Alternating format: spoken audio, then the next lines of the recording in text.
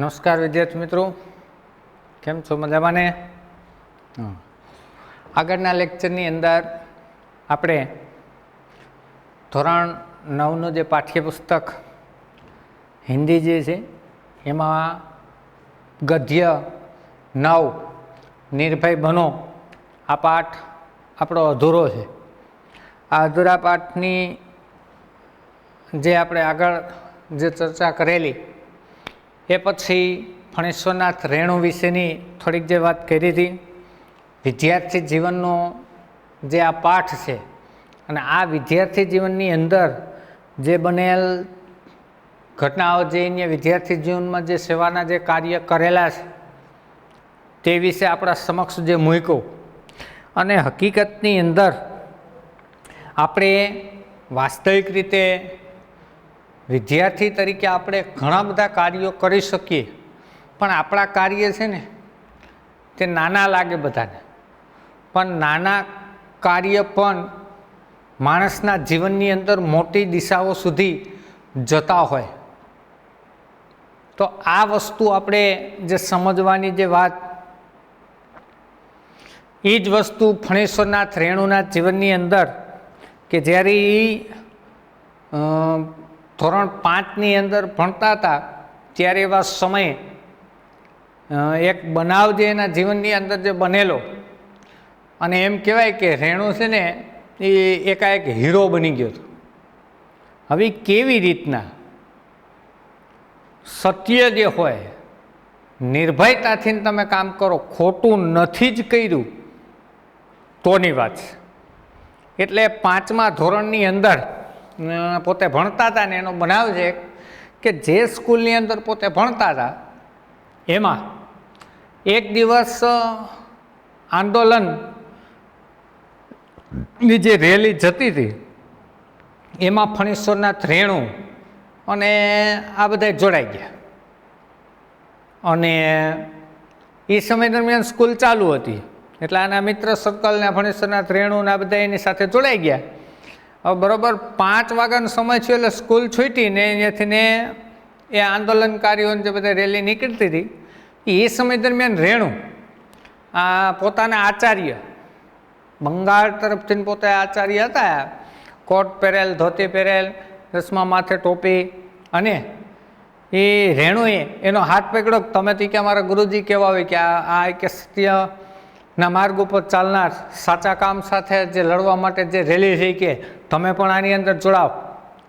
ત્યારે એના આચાર્યએ એનો હાથ ફંગોળીને જતો કરીને પોતે પોતાના ઘર તરફ ચાલ્યા ગયા. હવે બીજો દિવસ થયો. બીજા દિવસે સ્કૂલની અંદર ફણેશ્વરનાથ રેણુ અને પોતાના મિત્ર અને બધા ક્લાસની અંદર આવ્યા. એટલે એની અંદર જે સ્કૂલના જે આચાર્ય જે હતા એમણે એક નોટિસ મોકલી. હવે આ નોટિસની અંદર શું હતું તો કે કાલે જે વિદ્યાર્થીઓ શાળાએ નથી પહોંચ્યા તે કાંઈ કે જુર્માના, 50 પૈસા જુર્માના, જુર્માના એટલે દંડ ભોગવવો પડશે, અને કાં પછી વાલીની અરજી, એટલે કે વાલી અરજી લખેલો હોય છે કે શાળા કયા કારણોસર નથી આવ્યા, બીમાર હોવાના કારણે ન થયા, અન્યત્ર કારણે ન થયા, આવું લખાણ કરાવીને લઈ આવું અરજી એક. અને બીજું લખ્યું હતું રેણુના નામ ઉપર વર્ગ, ધોરણ ને બધું લખી અને મોકલ્યું કે આ વર્ગનો આ વ્યક્તિ જેમણે પ્રિન્સિપાલની સાથે અયોગ્ય વર્તન કર્યું. હવે ફણેશ્વરનાથ રેણુએ અયોગ્ય જે વર્તન કર્યું એવું આચાર્યને લાગ્યું. એટલે એણે લખ્યું કાંઈ કે 5 વાગ્યા સુધીની અંદર આવીને કાં જુર્માના ભરે 50 પૈસા, અને કાં પછી બધાની સમક્ષ પોતે માફી માગે અયોગ્ય વર્તનના કારણે. આવી નોટિસ આવી. અને જો આમાંનું કંઈ જ નહીં થાય તો સ્કૂલ છૂટવા પહેલાં ગ્રાઉન્ડની અંદર બધા વિદ્યાર્થીઓની સમક્ષ એને 10 બેત એટલે લાકડી કહેવાય, 10 લાકડીઓ ફટકારવામાં આવશે. આ એની સજા. હવે એ સમય દરમિયાન રેણુ બેઠા કે આપણે કોઈ અયોગ્ય વર્તન જ કર્યું નથી, આપણે ખોટું કાર્ય જ નથી કર્યું, તો પછી શું બીક. એટલે એ સમય દરમિયાન અમુક વિદ્યાર્થીઓ હતા ને, એ વિદ્યાર્થીઓ ફણેશ્વરનાથ રેણુને શું કહે, તું આ ત્યાં તારી મોટી ભૂલ છે એ કે તારી કે સાહેબ પાસે જાય અને માફી માગી લેવી જોઈએ, મારી ભૂલ થઈ ગઈ ને આમ ને આવું કરવું જોઈએ. ઘણા વિદ્યાર્થીઓ એમ સમજાવતા, ઘણા વિદ્યાર્થીઓ એમ કે નહીં માફી નહીં માગવાની, આપણી ભૂલ જ નથી. ઘણા વિદ્યાર્થીઓ એવા હતા, એટલે એણે કે ભૂલ જ નથી આપણી તો શું કામે. હવે ઘણા વિદ્યાર્થીઓ એવું કરતા હતા, તો ઘણા શિક્ષકો આવ્યા, શિક્ષકોએ આવીને એને સમજાવવાનો પ્રયત્ન કર્યો, ફોસલાવે, સમજાવે, ધમકાવે ને આવું કહીને માફી માગવા માટેનો પ્રયત્ન. પણ ફણેશ્વરનાથ રેણુ કે હું માફી નહીં માગવા, મારી કોઈ ભૂલ જ નથી, મને કોઈ પ્રકારનો ડર જ નથી કે. એટલે એણે પછી માફી ન માગી. 5 વાગ્યાનો સમય થયો, બધા ગ્રાઉન્ડની અંદર વિદ્યાર્થીઓ ફરતે ઊભી ગયા, બધા શિક્ષકો એકત્ર થયા અને આખા વિદ્યાર્થીઓનો ઘેરાવો હતો ને એમાં વચમાં ફણેશ્વરનાથ રેણુ, એક 5મા ધોરણનો વિદ્યાર્થી, વિચાર કરી લેજો, એકલો ઊભો હતો. અને એમાં આ બંગાળના જેમ કહી શકાય કે આચાર્ય પોતે આવ્યા, આવી હાથમાં લાકડી લઈ અને એની બંગાળની ભાષાની અંદર એની સમક્ષ આવી ગયા. હવે એ સમય દરમિયાન ફણેશ્વરનાથ રેણુ છે ને સ્વામી વિવેકાનંદની મુદ્રામાં ઊભી ગયા ભાઈ, આ રીતે. હવે એના સમક્ષ આચાર્ય બધા ફરતે જોવે છે, 10 લાકડીઓ મારવા માટેની તૈયારી. એમાં એક હાથ આગળ કરવા માટેનો આદેશ આપ્યો, એટલે પેલું રેણુએ હાથ આગળ કર્યો એટલે એક લાકડી અહીં મારવામાં આવી. ત્યારે એવા સમયે ફણેશ્વરનાથ રેણુએ મહાત્મા ગાંધી કી જય આ નારો લગાવ્યો. ત્યાર પછી ફરી પાછો આદેશ આવ્યો, ત્યારે એવા સમયે ફરી પાછો રેણુએ ડાબા હાથ આગળ કર્યો, ફરી એક લાકડી એના ઉપર પડી, ફરી પાછો એને નારો લગાવ્યો, જવાહરલાલ નહેરુ કી જય. ફરી પાછું ત્રીજે લાકડી મારવા માટેનો પ્રયત્ન થયો, ત્યારે વંદે માતરમ આ નારાઓ ગુંજવા માંડ્યા.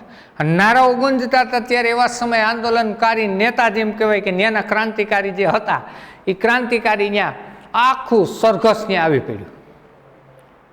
અને એ આખું સરઘસ આવ્યું જે ક્રાંતિકારીઓની રેલી જતી હતી, અહીંયા નારા બોલાતા, આખું નારા બોલતા બોલતા ક્રાંતિકારીઓ ત્યાં આવી ગયા. હવે એ સમય દરમિયાન આચાર્યએ તરત બેલ વગાડી દીધો, છૂટી. અને એ સમય દરમિયાન ફણેશ્વરનાથ રેણુને એ જે ક્રાંતિકારી ત્યાંનો જે વ્યક્તિ મેન ક્રાંતિકારી જે હતો એણે એ બાળકને ખંભે ઉપાડી લીધો, ફૂલોના હાર પહેરાવી, કંકુ ચાંદન તિલક ને બધું કરવાનું. આ છે એકાએક હીરો, ફણેશ્વરનાથ રેણુના જીવનની અંદર બાળપણમાં બનેલી ઘટના. તો આવું વિદ્યાર્થી જીવનની અંદર આપણે નિર્ભયતાથીને કામ કરવાનું છે. જીવનની અંદર ક્યારે ભયની વાત નથી. એટલે જ આપણે આ પાઠ જે આપણે જોતા હતા અધૂરો છે ત્યાંથી આપણે ચાલુ કરશું વિદ્યાર્થી મિત્રો, કે જે તમે બધા તમારા ટેક્સ્ટની અંદર તમે લોકો ધ્યાન આપજો. છેલ્લે આપણે એવી વાત કરી હતી તરવા વિશેની વાત કે सूरज नारायण वो तैरना सभी को सिखाते थे. उस समय उस दिन सभी ने नए सदस्य मोना यानी मनमोहन से गीत सुनने की इच्छा प्रकट की. मनमोहन पहले लज्जाए, किंतु जब प्रियोदा ने आग्रह किया तो उसने खखरा कर गला साफ किया. कौन गीत गाए वह, उसने शुरू किया.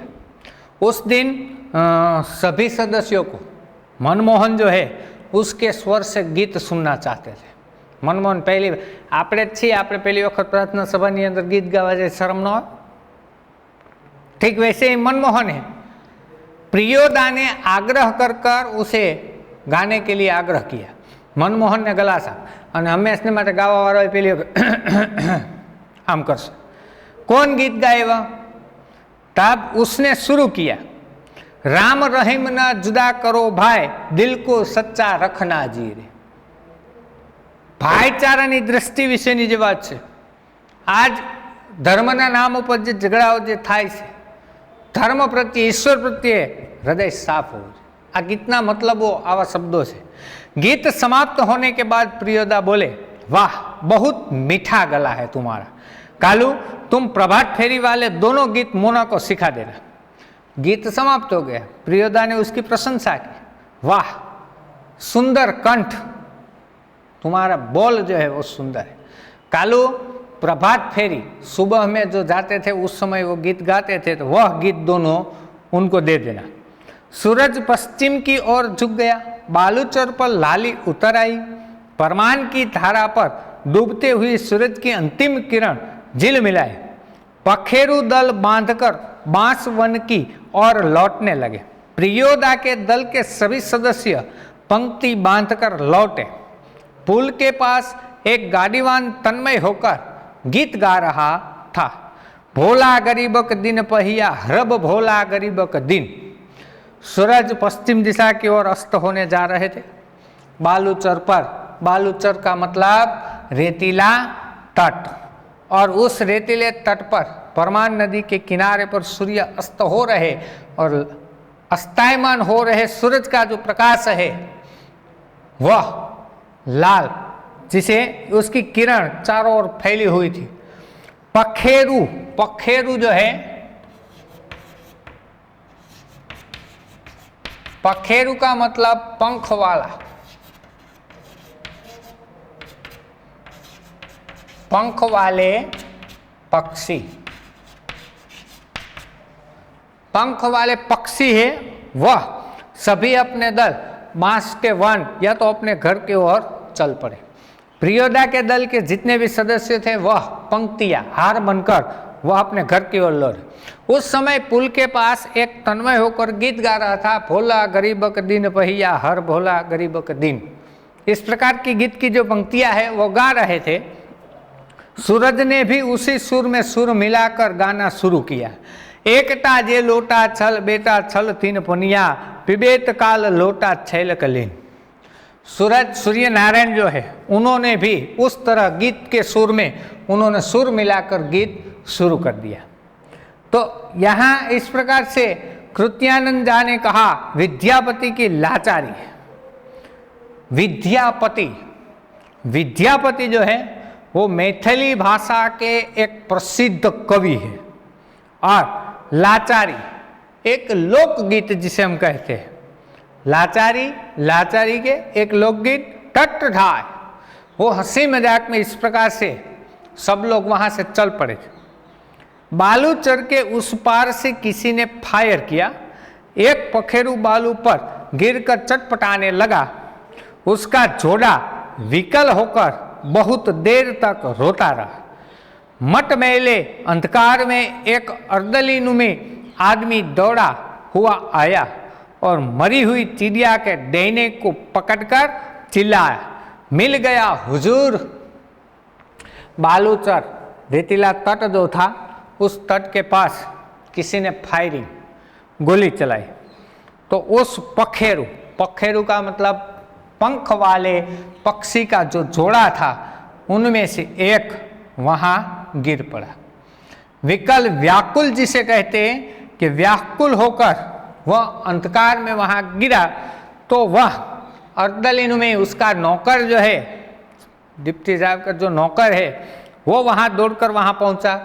उन्होंने चिड़िया के डैने, डैने का मतलब पंख, चिड़िया जो गिरी हुई थी उसके पंख को उन्होंने पकड़ लिया, मिल गया हुजूरी के। और इब्राहिम बोला, साहब डिप्टी साहब का अर्दली है, साला भारी खचड़ा है। इब्राहिम ने डिप्टी साहब जो है उसके नौकर को, अर्दली जो है उसके नौकर को उन्होंने सालाई के। भारी खचड़ा, खचड़ा का मतलब, खचड़ा का जो मतलब है मूर्ख। एक मूर्ख व्यक्ति है कि प्रियोदा के मुंह से अचानक निकला हॉल्ट। हॉल्ट का मतलब रुक जाना, बंद हो जाना। और तब इब्राहिम को अपनी गलती का एहसास हुआ। दल का नियम है, कोई सदस्य किसी किस्म का अपशब्द या गाली मुंह से नहीं निकालेगा। इब्राहिम ने तुरंत सिर झुकाकर दल के नायक प्रियोदा और सदस्यों से माफी मांगी। बात यह है कि साले ने, इब्राहिम ने अपनी जो गलती है उसका एहसास उन्होंने हो गया। दल का समूह जो है उसके नियम है कि किसी भी सदस्य अपशब्द नहीं बोलेंगे, और अपशब्द नहीं बोलेंगे ऐसा जो नियम था। लेकिन इब्राहिम के मुंह से जो निकला शब्द जो है, सिर झुकाकर दल के सामने उन्होंने, नायक जो प्रियोदा है उसके सामने सिर झुकाकर उन्होंने उसके सभी सदस्यों के उन्होंने माफ़ी मांग ली इब्राहिम ने। लेकिन बात क्या थी, साले ने। सभी हंसे। प्रियोदा ने गंभीर होकर कहा, इब्राहिम यह तुम्हारी 8वीं गलती है, 10 होते ही हम तुम्हारे साथ नहीं रहेंगे। सभी लोग हंस पड़े।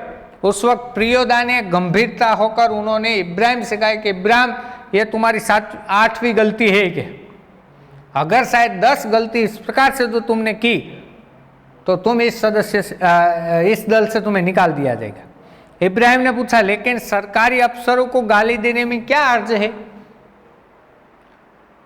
इब्राहिम ने कहा कि ये सरकारी लोग जो है उनको अपशब्द कहने में कौन से हर्ज, नुकसान क्या है कि तब तुम्हारा मुंह खराब होगा, उनका कुछ भी नहीं बिगड़ेगा। प्रियोदा ने कहा कि मुंह तो तुम्हारा खराब होगा ना, गाली तुमने दी है इसलिए। मगर वे जो गाली देते हैं, वे लोग गाली देते हैं तो वे ही क्यों, बहुत लोग गालियां बकते हैं। प्रियोदा ने कहा कि वे लोग ही नहीं, कई लोग ऐसे हैं कि जो गालियां बकते हैं। नहीं प्रियोदा, आप इब्राहिम को नहीं समझा सकेंगे, वह महीन बात देरी से बुझता है। मैं समझा देता हूं कि देखो इब्राहिम, यदि क्लब का मेंबर रहना है तो इसके रूल्स को मानना होगा। नियम है कि कोई सदस्य आपस में बातचीत के सिलसिले में भी कोई खराब शब्द नहीं बोलेंगे, जानते हो ना, बस बात खत्म। नहीं प्रियोदा, इब्राहिम को ये बात नहीं समझ सकी, क्योंकि ये महीन बात, महीन का मतलब सूक्ष्म, ये सूक्ष्म जो बात है वह देर से बुझता है, यानी कि समझना।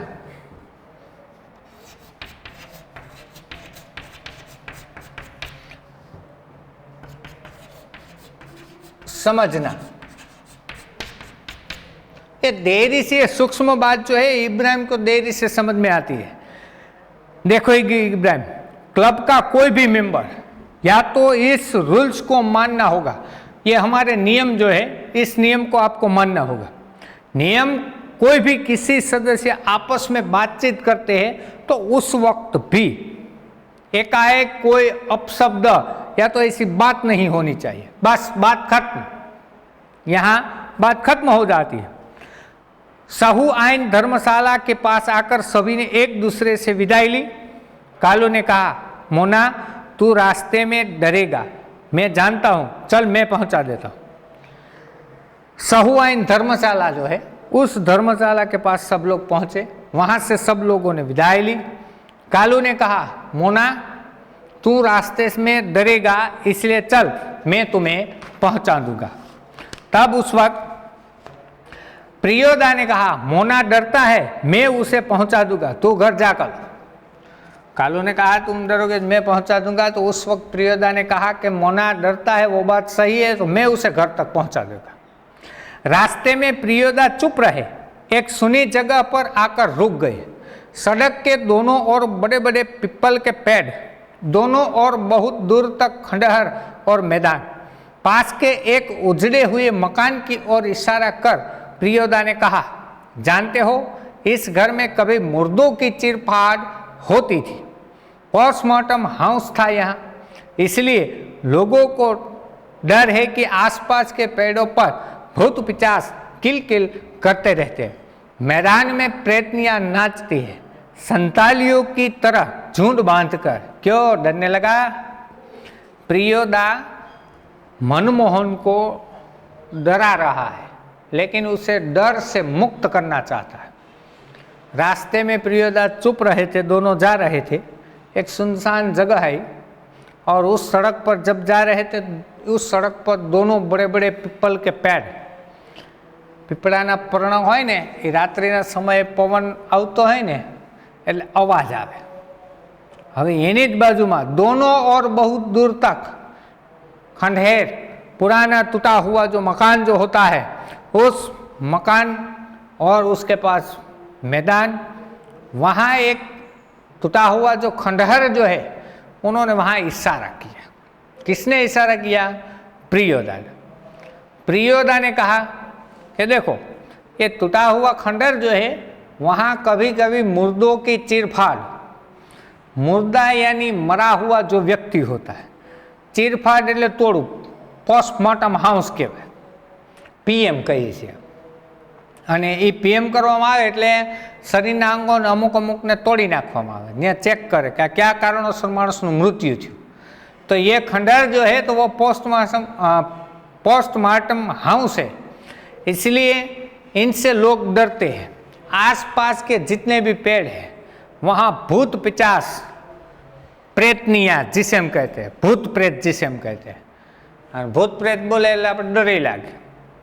કોક એમ કહી દે કે અહીંયા ભૂત થતું હતું, આપણે રસ્તે રાઈતે ગયા હોય એટલે યાદ આવ્યા વગરનો ભૂત पिचास। आ एक खुला जो मैदान है, उस खुले मैदान में प्रेतनियां नाचती है, भूत प्रेत जिसे हम कहते हैं। और वो नाचती है तो कैसे? संतालियों की तरह। संताली का मतलब है एक आदिवासी जाति, और आदिवासी जाति लोग जो है वो सब झुंड बनकर वो नाचते हैं। इस प्रकार से यहाँ प्रेतनियां जो है वो इस प्रकार से झुंड बनकर नाचते हैं। अकेले यहाँ आ सकते हो? प्रियोदा ने कहा, डर लगा ना, यहाँ अकेले आ सकते हो? जी नहीं। मोना ने कहा जी नहीं। प्रियोदा हंसे, बोले, देख मोना, भूत प्रेत ऐसे आदमी को कभी नहीं तंग करता जो 10 काम करता हो। तुम्हारी उम्र में मैं भी डरता था।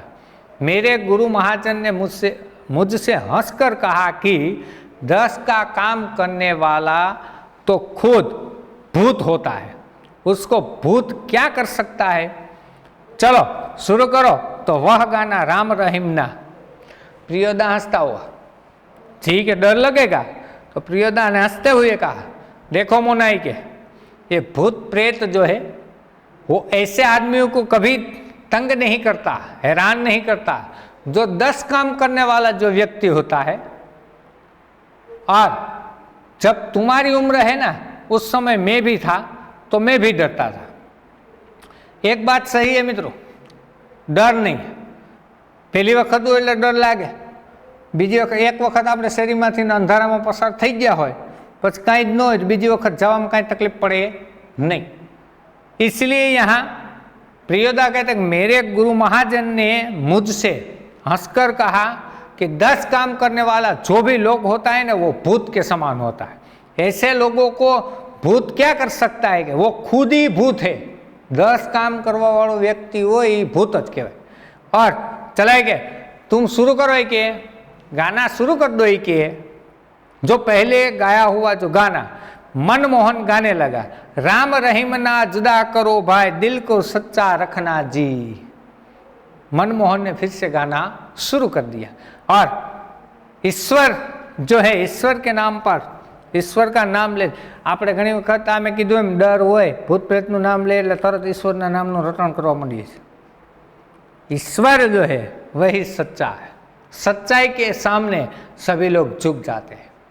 इसलिए आपको भी कभी भी जीवन में भय नहीं होना चाहिए, डरना नहीं किसी भी बात से, क्योंकि आप सच्चाई, आपके दिल में सच्चाई है, इसलिए किसी भी बात के सामने लड़ना सच्चाई होनी चाहिए, इसलिए आप जीवन में निर्भय रहे।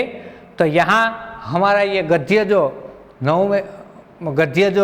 नौमा है और निर्भय बनो, वो हम समाप्त करते हैं। तो विद्यार्थियों, તમે તમારી પાકી બુક્સની અંદર આના ટિપ્પણ જે છે એ ટિપ્પણ તમારે લખવાના, ત્યાર પછી તમને એની અંદર જે પ્રશ્નના જવાબ આવશે તમને પાકી બુકની અંદર લખવાના, જે તમને મોકલશે ત્યારે એવા સમય પ્રશ્ન એના પછી લખવા.